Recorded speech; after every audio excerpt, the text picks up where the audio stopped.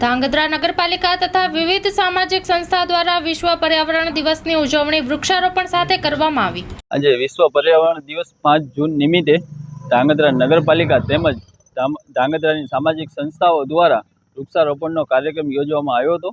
ત્યારે આજે નગરપાલિકા અને સામાજિક સંસ્થાઓ દ્વારા બગીચાની પાર ઉપર અને રાજમહેલની સામે વૃક્ષારોપણનો કાર્યક્રમ કરવામાં આવ્યો હતો, જેથી કરીને આવનારા દિવસોમાં જે ગરમી પડી રહી છે તે ગરમીને અંતર ઓછું થાય એના માટે વૃક્ષ વાવવા બહુ જરૂરી છે। તો જેથી કરીને લોકોને અને ધાંગધ્રા વાસીઓને ખૂબ અમારી અપીલ છે સામાજિક સંસ્થાઓ દ્વારા કે પોતાના ઘરે એક તો એક વૃક્ષ વાવો અને જરૂરી છે।